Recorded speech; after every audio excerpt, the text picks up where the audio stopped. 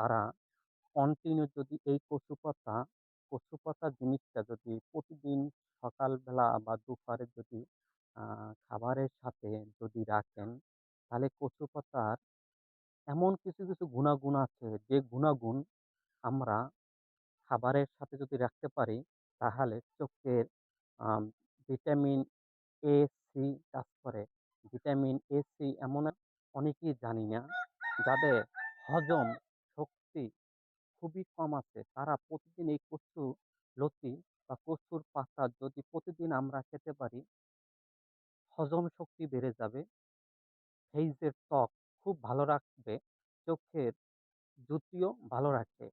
আর কচুর লতি প্রতিদিন যদি আমরা খেতে পারি, তাহলে দেখা যায় আমাদের ভিটামিন, চোখের যে একটা ভিটামিন এ, সি কাজ করে, সেটা এই চোখের লতি ভিটামিন এ, ভিটামিন সি কাজ করে। প্রতিটা মানুষের শরীরে এ, ভিটামিন সি, ভিটামিন প্রয়োজন।